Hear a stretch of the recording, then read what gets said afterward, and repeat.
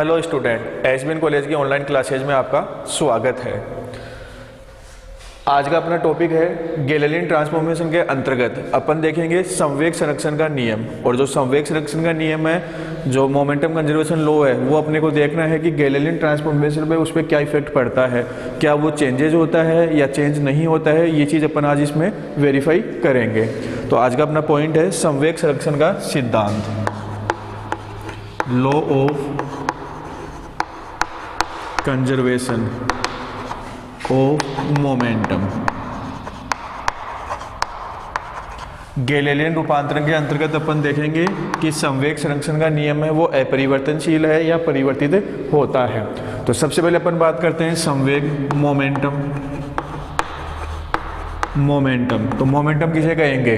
तो अपन जानते हैं ऑलरेडी कि मोमेंटम का मतलब क्या होगा कि कोई m द्रव्यमान का कण है, यदि v वेग से गति कर रहा है तो उस कण का जो मोमेंटम है वो रिप्रेजेंट किया जाता है p = mv के द्वारा। m मास हो गया पार्टिकल का और v पार्टिकल की वेलोसिटी, तो p = mv मोमेंटम या संवेग कहलाएगा। गैलीलियन रूपांतरण के अंदर अपन लोग देख चुके हैं पहले से ऑलरेडी कि जो वेलोसिटी है, गैलीलियन रूपांतरण में जो वेलोसिटी है वो इनवेरिएंट नहीं रह पाती है। और गैलीलियन रूपांतरण में जो वेलोसिटी है, तो वेलोसिटी के लिए अपन ने इक्वेशन देखी थी, गैलीलियन ट्रांसफॉर्मेशन इक्वेशन थी v' = v - v। गैलीलियन रूपांतरण के अंतर्गत वेलोसिटी की जो ट्रांसफॉर्मेशन इक्वेशन है v' = v - v, जहाँ पे ये है क्या, तो ये v' क्या था, वेलोसिटी इन s' फ्रेम, वेलोसिटी इन s' फ्रेम। ये वाला v है वो था वेलोसिटी इन s फ्रेम, और ये जो v था वो था velocity of s' frame, velocity of s' frame. मतलब कि s' फ्रेम s के सापेक्ष किसी वेग से गति कर रही है, तो वो वाली वेलोसिटी है वो v, और जो कि साथ में ये वेलोसिटी v क्या थी, कांस्टेंट थी, ये v वेलोसिटी कांस्टेंट। तो ये ऑलरेडी अपन देख चुके हैं कि v' = v - v। तो यहाँ पे अपन देखें कि पार्टिकल के मोमेंटम की बात करें, मास अपने को पता है कांस्टेंट होगा, इनवेरिएंट होगा। तो मास जो इनवेरिएंट है इसका मतलब वेलोसिटी चेंज हो रही है, मास इनवेरिएंट है, तो पार्टिकल का जो मोमेंटम है वो भी क्या रहेगा, चेंजेज होगा। कहाँ या कब? गैलीलियन ट्रांसफॉर्मेशन के अंतर्गत। तो गैलीलियन ट्रांसफॉर्मेशन देखें तो पार्टिकल का मोमेंटम है वो समय के साथ परिवर्तित होता रहेगा। लेकिन अपन बात किसकी करना चाह रहे हैं, conservation of momentum. Momentum conservation law क्या कहता है कि कुल संवेग है वो हमेशा संरक्षित रहता है।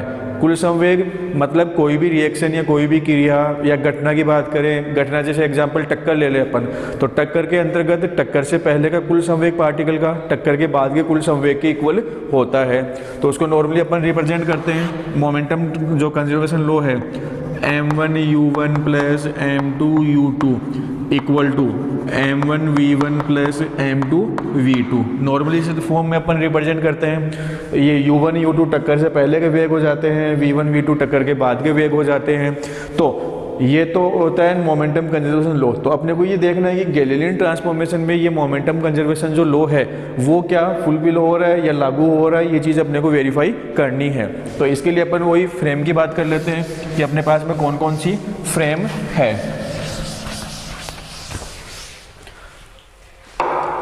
तो अपन देखेंगे कि जो गैलीलियन रूपांतरण है उसके अंदर जो कंजर्वेशन ऑफ मोमेंटम लॉ है वो इनवेरिएंट ही रहेगा, अपरिवर्ती रहेगा। कैसे वेरीफाई करते हैं? तो अपन मान लेते हैं कि अपने पास में फ्रेम है एज फ्रेम, और एज फ्रेम कौन सी थी, जो कि स्थिर अवस्था में रहती है, गतिशील नहीं रहती है। इस एज फ्रेम के अंदर दो पार्टिकल ले लेते हैं। एज फ्रेम में दो पार्टिकल जिनके द्रव्यमान, ये जो दो पार्टिकल ले रहे हैं इनके जो द्रव्यमान है वो है m1 m2।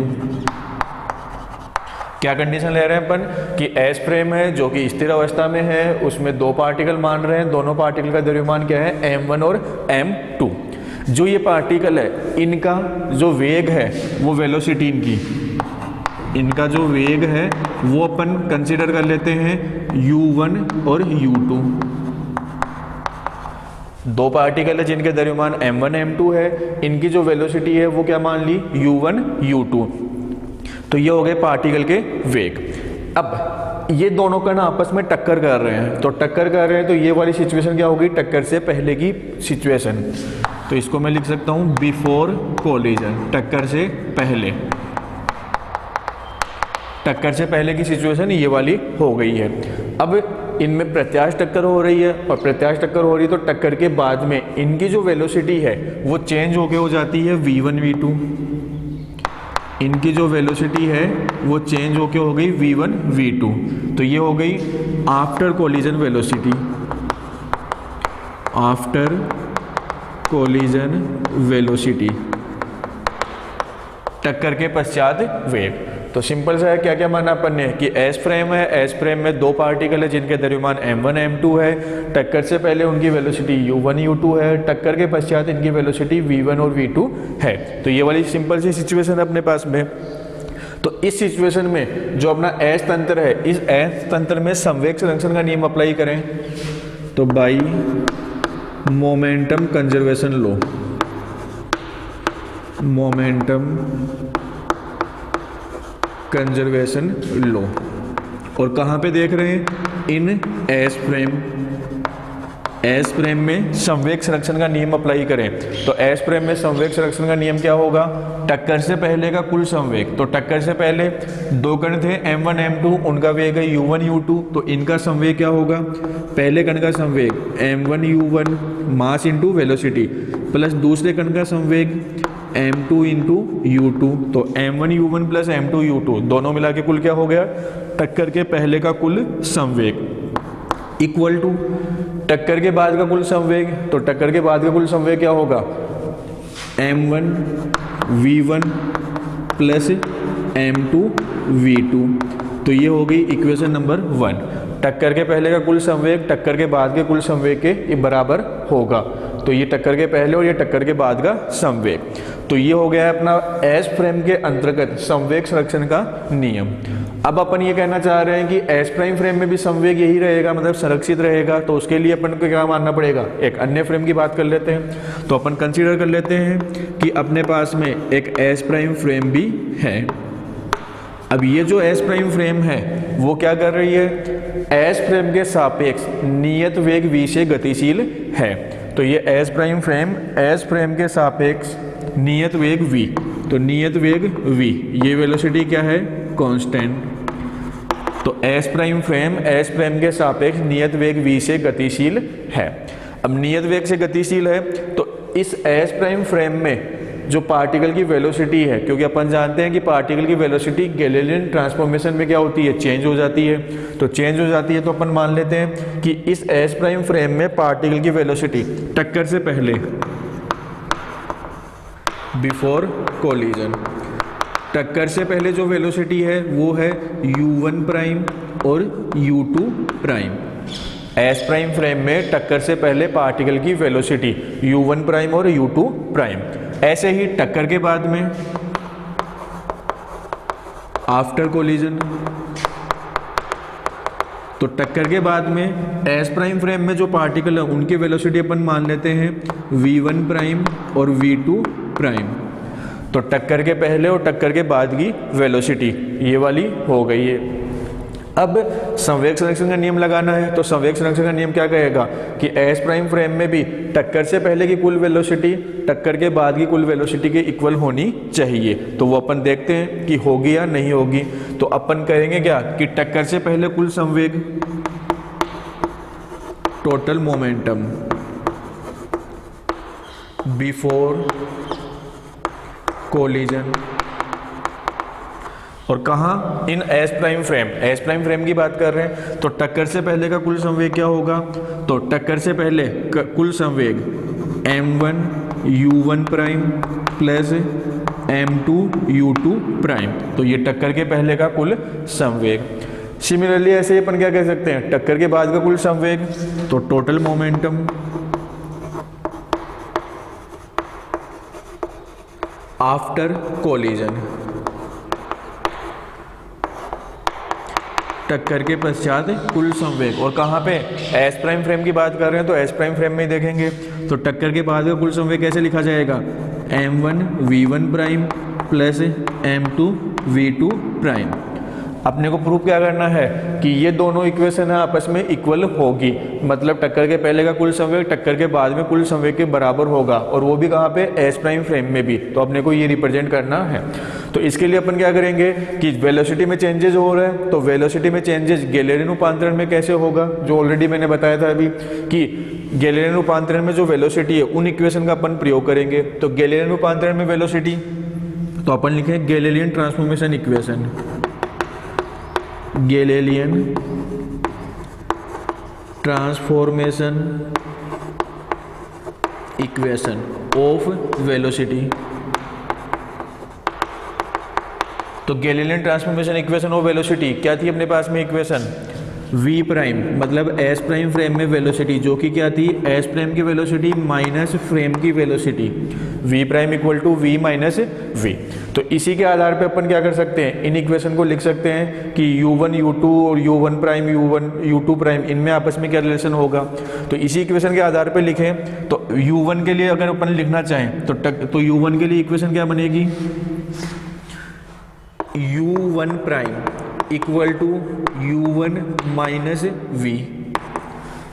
u1 prime S prime frame में पहले पार्टिकल की वेलोसिटी, जो कि क्या होगी, एस प्राइम में पहले पार्टिकल की वेलोसिटी में से फ्रेम की वेलोसिटी, जो एस प्राइम फ्रेम है उसकी वेलोसिटी को माइनस करने।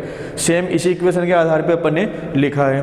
तो यहीं से अपन क्या लिख सकते हैं, इसी इक्वेशन से u1 equal to u1 prime plus v, u1 prime plus v। तो ये वाली इक्वेशन अपने पास में u1 मतलब एस प्राइम में पार्टिकल की वेलोसिटी, जो कि अपन ने गैलीलियन ट्रांसफॉर्मेशन इक्वेशन के आधार पे लिखी है। अब सेम ऐसे क्या कर सकते हैं, बाकी की जो वेलोसिटी है उनके लिए भी इक्वेशन लिख सकते हैं अपन। तो सिमिलरली तो डायरेक्टली लिख देते हैं अब u1, तो ऐसे ही u2 की इक्वेशन क्या बनेगी, u2 equal to u2 prime plus v। ऐसे ही v1 equal to v1 prime plus v, और v2 prime equal to v2 prime plus v। तो ये अपने पास में 4 इक्वेशन आ चुकी है, जो कि किन किन की है, u1 u2 v1 v2। तो ये 4 इक्वेशंस है जो अपन ने, जो गैलीलियन रूपांतरण समीकरण है या गैलीलियन ट्रांसफॉर्मेशन इक्वेशन है उनके आधार पे अपन ने लिखी है। तो अब ये जो चारों इक्वेशंस है, इन चारों इक्वेशन का यूज अपन इक्वेशन 1 में कर सकते हैं। तो इनको अपन चारों को मिला के इक्वेशन नंबर 2 दे देते हैं कि इक्वेशन नंबर 2 है। तो इन चारों इक्वेशन का यूज कहाँ करें, इक्वेशन 1 के अंदर।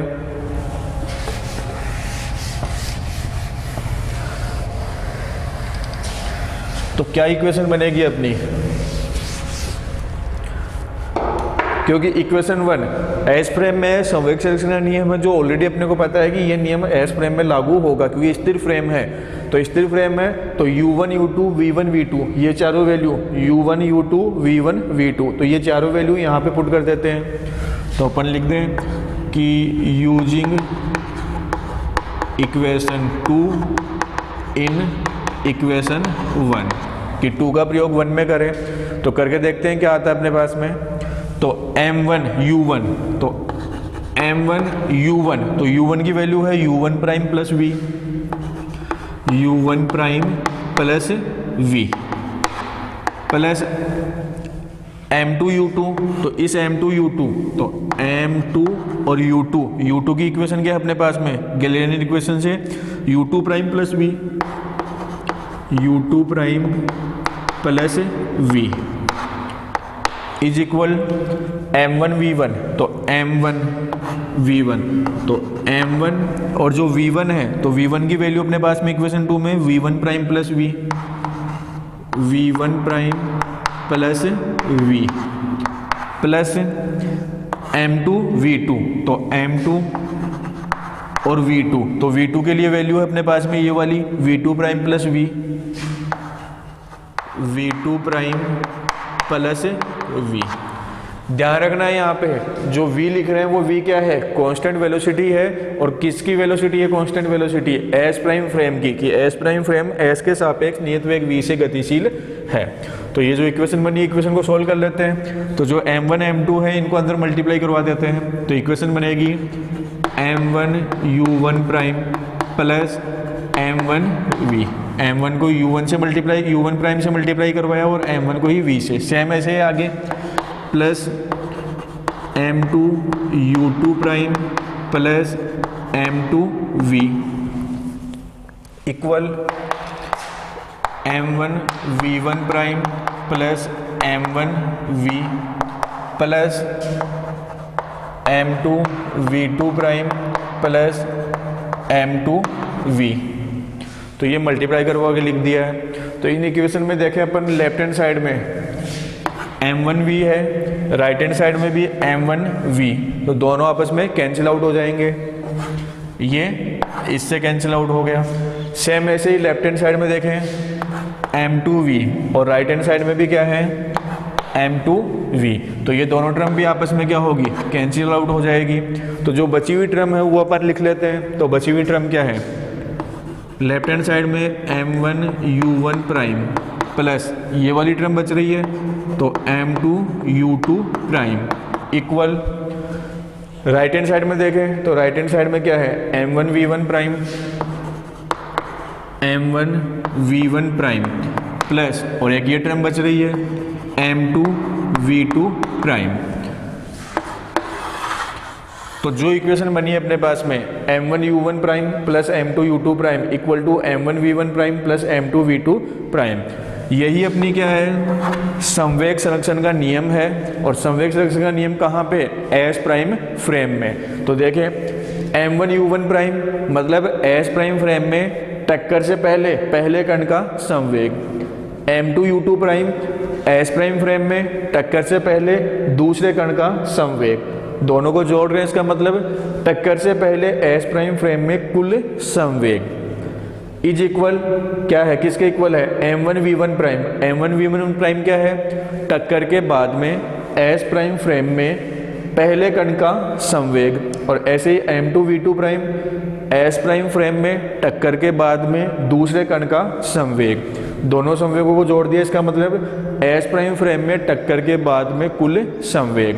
तो एस प्राइम फ्रेम में टक्कर के बाद में कुल संवेग और एस प्राइम फ्रेम में टक्कर के पहले का कुल संवेग दोनों क्या आ रहे हैं, इक्वल आ रहे हैं। इसका मतलब क्या हो गया कि जो संवेग संरक्षण का नियम है वो गैलीलियन ट्रांसफॉर्मेशन में भी क्या होगा, लागू होगा या वैलिड होता है, कि गैलीलियन ट्रांसफॉर्मेशन के अंतर्गत संवेग संरक्षण का नियम है वो हमेशा लागू होगा, उसमें कोई चेंजेस नहीं हो पाएगा। कि और अपन ऑलरेडी जानते हैं कि जो संवेग संरक्षण का नियम है वो क्या है, यूनिवर्सल लॉ है, मतलब हर जगह हर सिचुएशन में लागू होगा। तो ये था अपना गैलीलियन रूपांतरण के अंतर्गत संवेग संरक्षण का नियम। अब संवेग संरक्षित है तो एनर्जी की बात करते हैं कि ऊर्जा है वो संरक्षित रहती है या नहीं होती। तो जो नेक्स्ट अपना पॉइंट है वो यही है कि एनर्जी कंजर्वेशन लॉ है वो लागू होगा या नहीं होगा, और कहाँ पे, गैलीलियन ट्रांसफॉर्मेशन के अंतर्गत। तो इसके लिए अपन देखते हैं energy conservation law.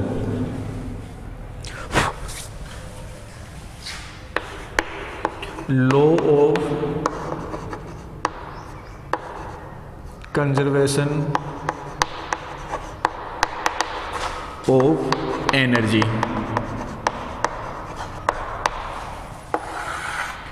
Law of conservation of energy मतलब ऊर्जा संरक्षण का नियम। अब ऊर्जा संरक्षण का नियम क्या कहता है, तो ऊर्जा संरक्षण का नियम कि कुल ऊर्जा संरक्षित रहती है। यहाँ पे अपनी घटना जो है वो क्या है, टक्कर की बात कर रहे हैं, तो टक्कर से पहले की कुल ऊर्जा पार्टिकल की टक्कर के बाद की कुल ऊर्जा के बराबर होगी।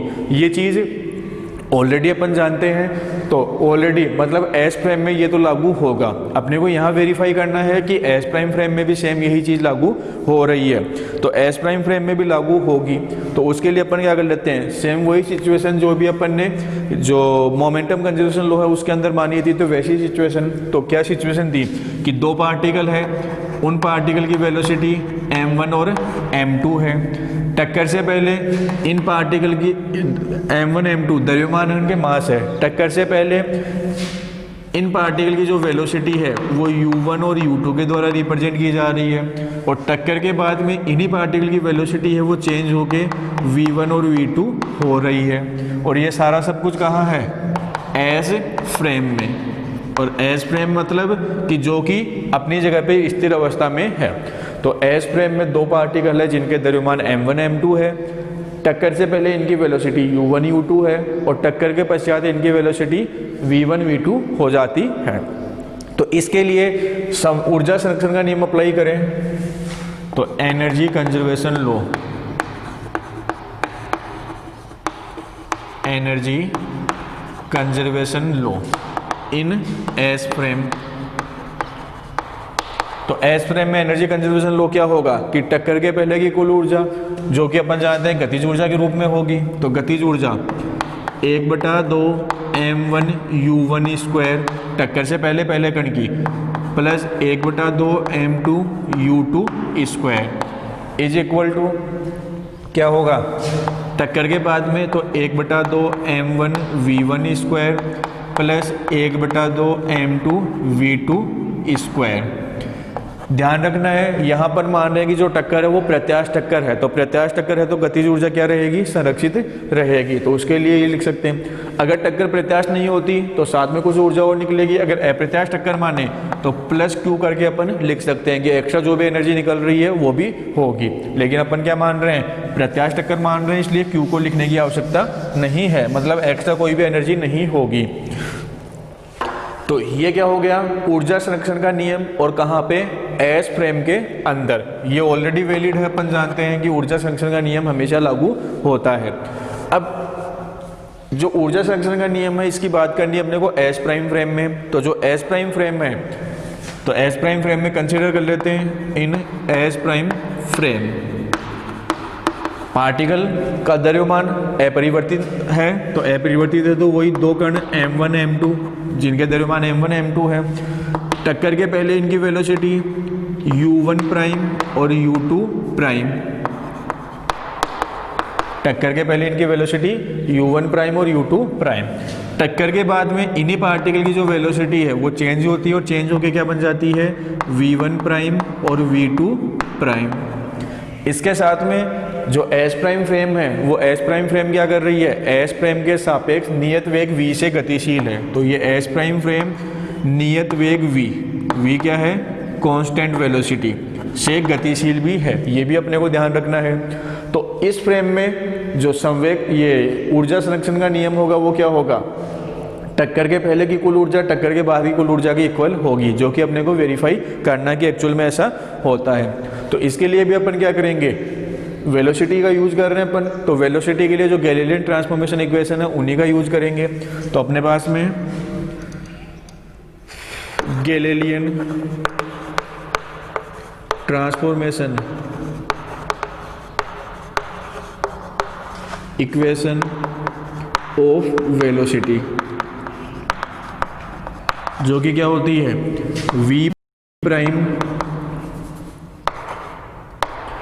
Equal to v minus v prime S prime frame में वेलोसिटी, v स्मॉल v जो लिख रहे हैं वो है एस प्राइम में वेलोसिटी, और जो कैपिटल V है वो क्या है? एस प्राइम फ्रेम की वेलोसिटी, जो कि क्या है? कांस्टेंट है। तो इसी के आधार पे अपन u1 u2 v1 v2 के लिए इक्वेशन बनाएं। तो इस इक्वेशन से अपन लिख सकते हैं v1 प्राइम, पहले u1 प्राइम के लिए लिख लेते हैं u1 prime equal to u1 minus v। तो इसी से अपन लिख सकते हैं u1 equal to u1 prime plus v। तो ये वाली इक्वेशन बन गई u1, मतलब टक्कर से पहले जो पहले कण का वेग है एस फ्रेम और एस प्राइम फ्रेम उनमें आपस में क्या रिलेशन होगा? सेम ऐसे ही चारों इक्वेशन लिख सकते हैं अपन। तो सेम इसी के आधार पे लिखें, u1 की जगह u2 की इक्वेशन लिखें, तो u2 इक्वल टू बनेगा u2 प्राइम प्लस v। ऐसे ही v1 की इक्वेशन लिखें तो v1 equal to v1 prime plus v, और ऐसे ही v2 की इक्वेशन लिखें तो v2 equal to v2 prime plus v। तो ये चारों इक्वेशन हो चुकी है u1 u2 और v1 v2 की। तो इन इक्वेशन को इक्वेशन नंबर 2 दे देते हैं चारों को कंबाइंड रूप में। तो वही चीज़ जो संवेग सेक्शन में की थी कि इक्वेशन 2 का यूज इक्वेशन 1 में करें। Using equation 2 in equation 1 we can write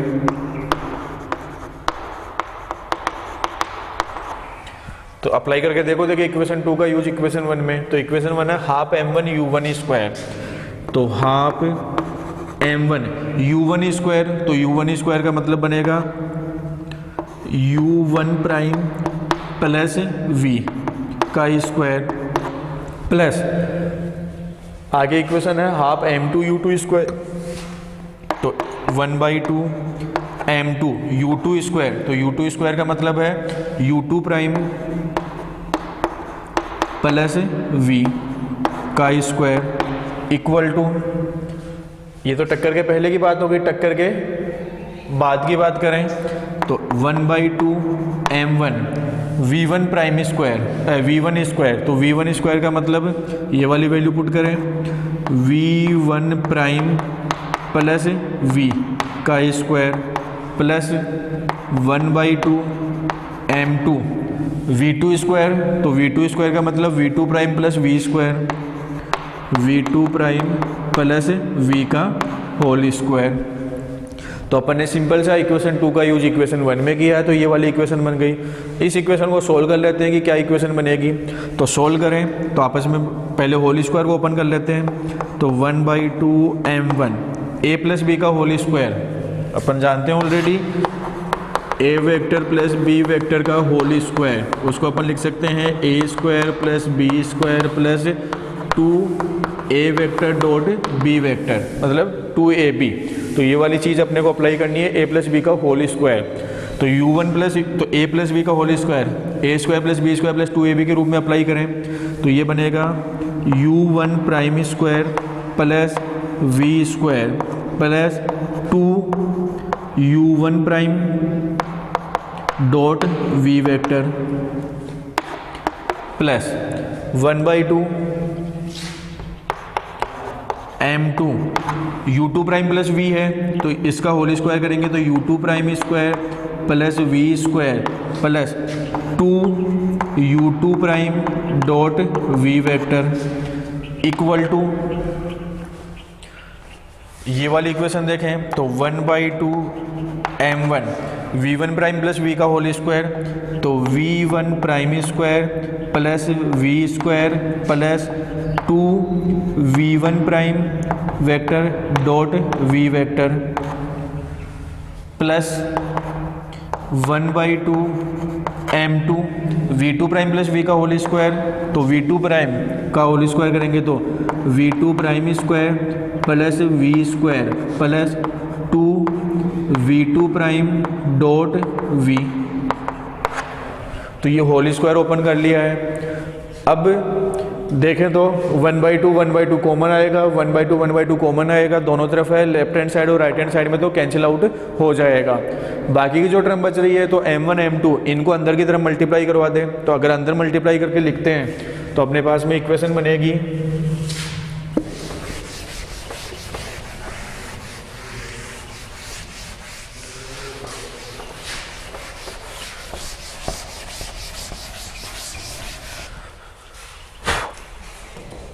तो 1/2 तो कैंसिल आउट कर देते हैं, ये 1/2 1/2 1/2 1/2, तो जो बच रहा है उसको लिखते हैं अंदर मल्टीप्लाई करवा के m1 u1 prime square m1, या एक काम करते हैं 1/2 रख ही लेते हैं क्योंकि आगे अपने को ऊर्जा संरक्षण का नियम अप्लाई करना है, तो 1/2 को कैंसिल आउट नहीं करते हैं, कर भी दे तो आगे वापस से अपने को मल्टीप्लाई करवाना पड़ेगा, इसलिए रहने देते हैं। तो इक्वेशन बन जाएगी अपनी 1/2 m1 u1 prime square plus 1/2 m1 v square plus ये इससे मल्टीप्लाई होगा तो 1/2, ये 2 कैंसिल आउट हो जाएगा, m1 u1 prime dot v, m1 u1 prime dot v vector plus next हम देखें तो 1/2 m2 u2 prime, 1/2 m2 u2 prime square plus 1/2 m2 v square, 1/2 m2 v square plus 1/2 2 से cancel out हो जाएगा, तो 2 से कैंसिल आउट होगा तो m2 u2 prime dot v, m2 u2 prime dot v vector. तो ये तो लेफ्ट हैंड साइड हो गई अपनी। इक्वल राइट हैंड साइड की बात करें तो राइट हैंड साइड में मल्टीप्लाई करवाते हैं m1 को अंदर 1/2 m1 को, तो इक्वेशन बनेगी 1/2 m1 v1 prime square, m1 v1 prime square plus 1/2 m1 v square, 1/2 m1 v square plus 1/2 2 से कैंसिल आउट हो जाएगा तो m1 v1 prime dot v, m1 v1 prime dot v plus next term में देखें तो 1/2 m2 v2 prime square, 1/2 m2 v2 prime square plus 1/2 m2 v square, m2 v square plus 1/2 2 से multiply हुआ cancel out हो जाएगा तो m2 v2 prime dot v, m2 v2 prime dot v। तो ये इक्वेशन बन गई अपने कि m1 m2 को जो अंदर ब्रैकेट वाली टर्म थी उनसे मल्टीप्लाई करवा दिया और मल्टीप्लाई करवाने पर ये इक्वेशन बन गई है। तो इस इक्वेशन में देखें अपन 1/2 m1 v square left hand side में है, 1/2 m1 v square right hand side में भी है, तो आपस में कैंसिल आउट हो जाएगा। Similarly 1/2 m2 v square left hand side में है और 1/2 m2 v square right hand side में भी है, तो ये भी आपस में कैंसिल आउट। जो बच रहा है उसका यूज कर लें अपन। तो अपने पास में इक्वेशन में ये दोनों टर्म कैंसिल आउट होने के बाद में क्या बचेगा, 1/2 m1 u1 prime square plus m1 u1 prime dot v plus 1/2 m2 u2 prime square plus m2 u2 prime dot v equal to 1/2 m1 v1 prime square plus m1 v1 prime dot v plus 1/2 m2 v2 prime square plus m2 v2 prime dot v। तो cancel out होने के बाद में जो term बची है उनको अपन ने ये लिखा है। अब इन टर्म में देखें पहले लेफ्ट हैंड साइड में ये वाली सेकेंड टर्म और ये वाली फोर्थ टर्म, दोनों से देखें तो v वेक्टर कॉमन ले सकते हैं, तो कॉमन लेकर लिखते हैं। तो जो बाकी की बची हुई दो टर्म है उनको पहले लिख देता हूँ, 1/2 m1 u1 prime square plus 1/2 m2 u2 prime square plus जो दोनों में अंडरलाइन की है उन टर्म से v वेक्टर अगर कॉमन ले तो v वेक्टर कॉमन लेने पर क्या बनेगा, यहाँ से बचेगा m1 u1 प्राइम प्लस यहाँ से बचेगा m2 u2 प्राइम और dot v vector is equal. Right hand side में देखें तो दो term 1/2 m1 v1 prime square plus 1/2 m2 v2 prime square, ये दोनों टर्म तो ऐसे कैसे लिख दी। जो बाकी बची हुई टर्म है तो जैसे लेफ्ट हैंड साइड में v वेक्टर कॉमन आ रहा था वैसे राइट हैंड साइड में v वेक्टर कॉमन आ रहा है, तो प्लस तो कॉमन लेकर लिखे तो m1 v1 prime plus m2 v2 prime, common क्या ले लिया अपन ने, डॉट v वेक्टर। तो ये चीज़ अपन ने कॉमन लेकर लिख दी है। तो ये इक्वेशन अपने पास में बन चुकी है जब अपन ने इन इक्वेशन का आपस में यूज किया और उसको सोल्व किया। अब देखें तो इस इक्वेशन में left hand side m1 u1 prime plus m2 u2 prime, तो ये क्या है m1 u1 टक्कर से पहले s प्राइम फ्रेम में पहले कण का वेग, m2u2 प्राइम टक्कर से पहले s प्राइम फ्रेम में दूसरे कण का वेग और कुल मिला के क्या हो गया, कुल संवेग। ये टक्कर से पहले संवेग और टक्कर के बाद का संवेग, तो कुल संवेग। ऐसे ही यहाँ पे देखें m1v1 prime plus m2v2 prime, तो s प्राइम फ्रेम में टक्कर के बाद का कुल संवेग। और ऑलरेडी अपन वेरीफाई कर चुके हैं कि s प्राइम फ्रेम में संवेग संरक्षण का नियम है वो अप्लाई होगा। तो अपन क्या करें, using momentum conservation law in S prime frame, तो क्या है अपने पास में m1u1 prime plus m2u2 prime equal to m1v1 prime plus m2v2 prime. ये मोमेंटम कंजर्वेशन लो है एस प्राइम फ्रेम में। तो दोनों तरफ अगर सेम चीज़ से मल्टीप्लाई करवा दे कोई फर्क नहीं पड़ेगा, तो डॉट वी वेक्टर करवा दूं मैं अगर इस इक्वेशन को, तो m1u1 prime plus m2u2 prime dot V vector equal to right hand side को भी क्या करूँ, डॉट वी वेक्टर से मल्टीप्लाई करवा देता हूँ, m1v1 prime plus m2v2 prime और ये डॉट वी वेक्टर। सेम चीज़ से लेफ्ट हैंड साइड और राइट हैंड साइड में डॉट प्रोडक्ट करवाया है वी वेक्टर का, तो कोई फर्क नहीं पड़ने वाला है। तो ये देखें, ये टर्म इसके इक्वल है और ये टर्म इसके इक्वल है और ये दोनों आपस में क्या है, इक्वल है। इसका मतलब ये टर्म और ये टर्म सेम है, तो सेम है तो आपस में कैंसिल आउट हो जाएगी, कैंसिल आउट हो जाएगी तो बचेगा क्या, फाइनली अपने पास में इक्वेशन बचेगी 1/2 m1u1 prime square plus 1/2 m2u2 prime square equal to 1/2 m1v1 prime square plus 1/2 m2v2 prime square. और यही क्या है अपना एनर्जी कंजर्वेशन लॉ, कहाँ प्राइम आ रहा है, इसका मतलब एस प्राइम फ्रेम में।